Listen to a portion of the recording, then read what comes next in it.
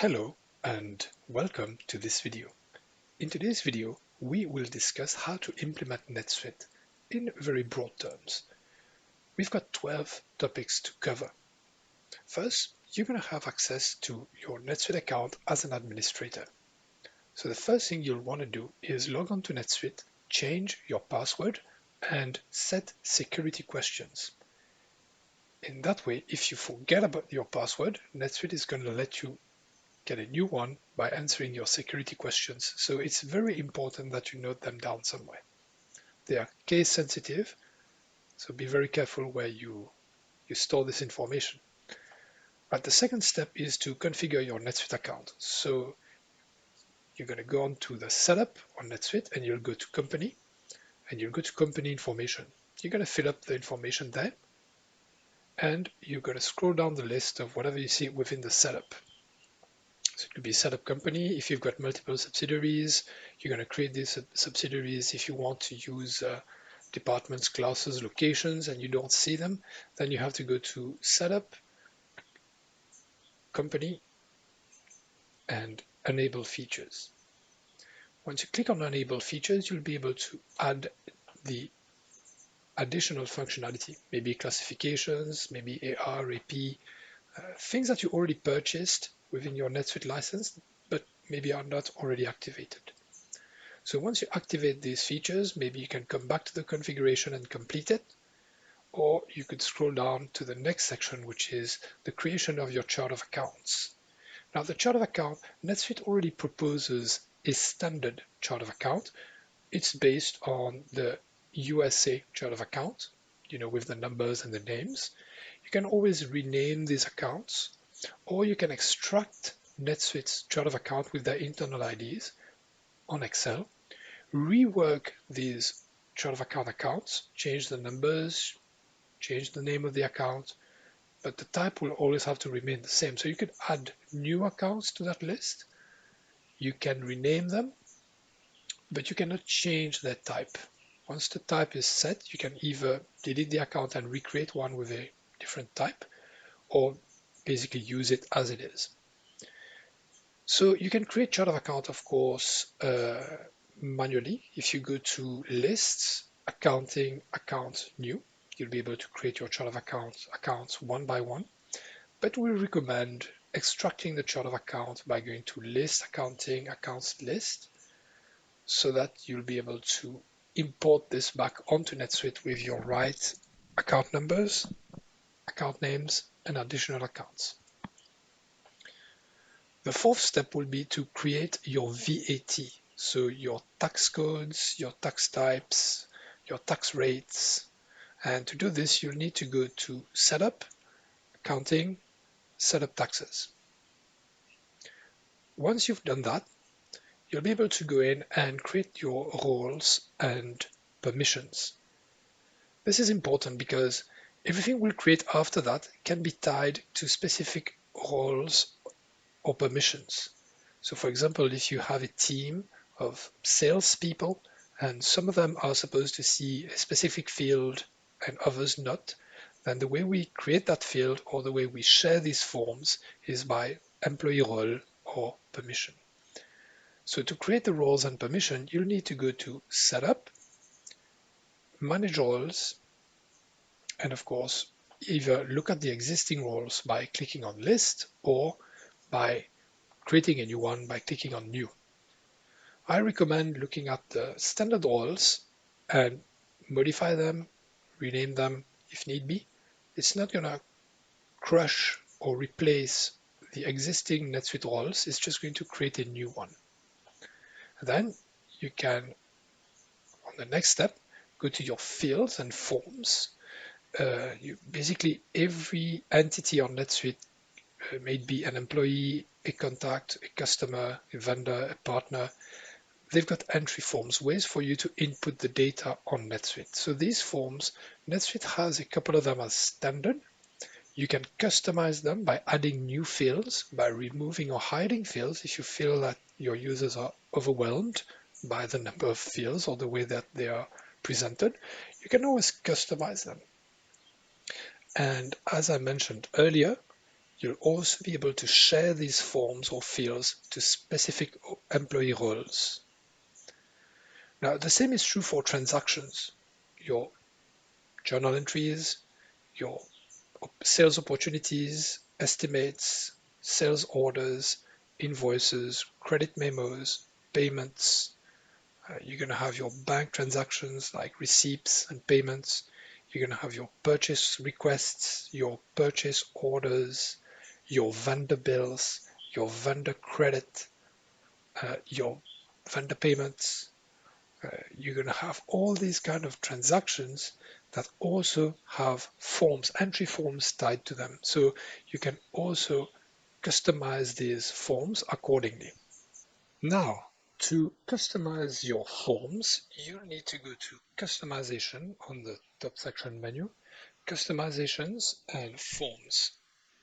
Within the forms, you're going to notice that the forms are grouped by record type. So you could have entry forms for entities, for transactions.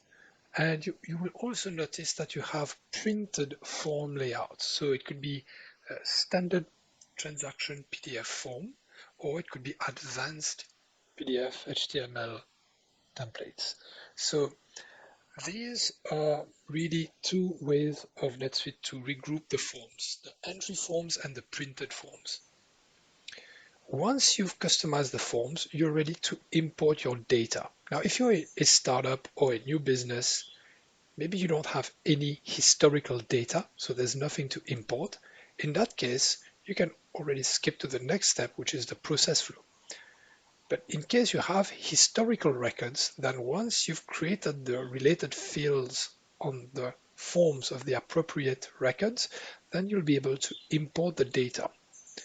So to do that, you need first to have the data by record type. So the employees on one sheet, one CSV Excel sheet, the items on another, items including raw materials, components, services, charges, fees, etc.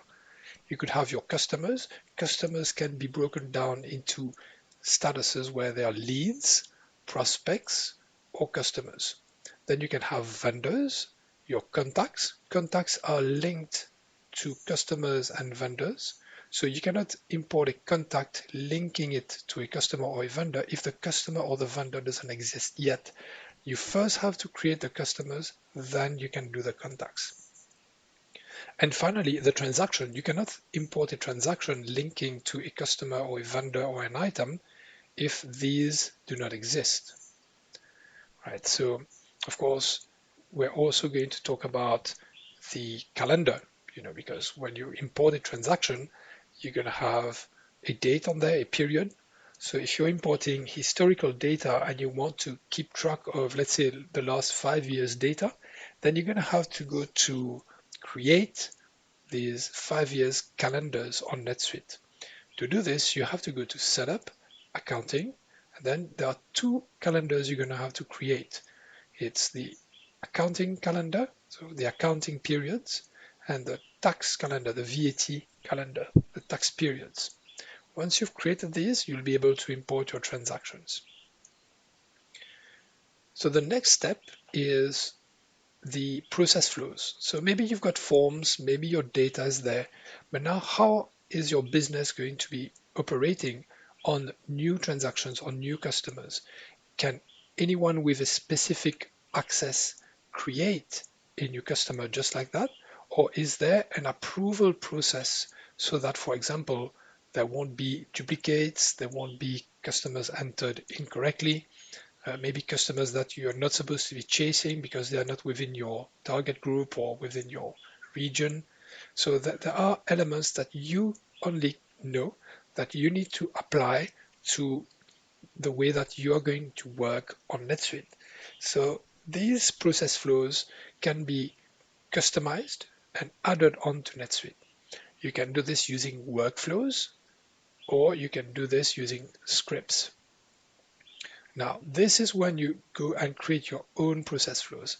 In most cases, it's time consuming and people are frustrated because there's always a new scenario that they didn't think about and they have to go back and update the process flow. It's something that's very important for large organizations because the flow of information is so high that one problem can cause 50,000 errors within the business in a matter of hours. So in these cases, yes, it's very important to think about the process flow for every record, the entry, the processing, the payment, etc. But if you're a smaller company, maybe less than 100 employees, maybe you can use the standard NetSuite workflow to begin with, and then see where the mistakes arrive to start building the process flows accordingly. So once the process flows are done, what we recommend is to have a sandbox. A sandbox is a replication of your live account where users can go in to test whatever they did. So if you're importing transactions, but you're not sure if it's going to work straight from the first try, you're going to do the first import on the sandbox. You're going to create your employees, items, customers, vendors, contacts, transactions on the sandbox first. Have the users see if they're happy, if they got all the information, if the user interface is correct. Run the reports after you did the data import and see if the reports are showing the same value as your previous ERP system, maybe in terms of profit and loss, of aging reports, you name it, the reports that you need. So you just build these reports and compare it with your historical system just to ensure that everything is there and everything is working accordingly. Once you're happy with this, you can transition the work you did on the sandbox and replicate it on the live environment.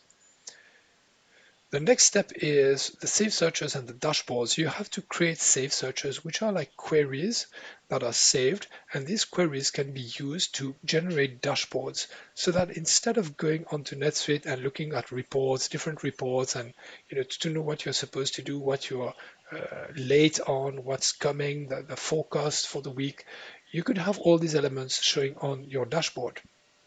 And to do this, you need to know how to build save searches. So that's the 10th step, is to build the save searches to be able to get the right dashboards. And dashboards can be published. So you could have one dashboard per user type. For example, the sales team could all have the same dashboard. And no one will be able to, within the sales team, won't be able to update this dashboard or modify it. If they need a change to happen because it need a new element, a new kind of information, then they can request this to your own administrator team in your company. And these administrators will create new save searches and publish it to the sales dashboard so that the dashboard is locked and the users can't see just anything they want. They just see what's meaningful to them. Once you've done your save searches and the dashboards are published by user role, you can go and have a look at the advanced features, which means that once you've got your sales, your purchases, your general accounting running, you can create invoices, you can enter bill and pay them, you can receive money from your customers. Then comes the time where you start thinking about what else can we bring onto NetSuite. So NetSuite provides additional functionality through bundles and also through partner add-ons. So have a look. There are a few partners providing extra functionality at a very affordable price, but NetSuite also has their own bundles. For example, manufacturing, you could have the fixed assets register on NetSuite, you could have advanced financial to manage revenue recognition and expense amortization. So all of these are features that you can add onto NetSuite once your minimum viable product of a system is set up correctly and running. And to finish with, I would recommend that you give a call to a NetSuite expert or a NetSuite partner to see with them, to have a little audit of what you did and see if you're not wasting time in doing things the way that you are. You can have a poll within your organization, maybe track the open issues within your team, and people will say that sometimes they don't know where to go to get access to some information. They're not quite sure how to, for example, reconcile a bank statement. What do they do about this prepayment that they got from this unknown customer? These kind of very obvious questions that they need to know how to manage on NetSuite. So note all these issues down and then give your local NetSuite partner a call so that they can have maybe a 4-hour audit of how you run things on NetSuite to see if they can help you. And if so, you'll be able to get ahead and get results much faster than trying to get to the solution yourselves. So that's it from us today. I hope you enjoyed the video. If you've got any requirement regarding NetSuite implementation and maybe user frustration on NetSuite, don't hesitate. Give us a call, send us an email. Thank you and goodbye.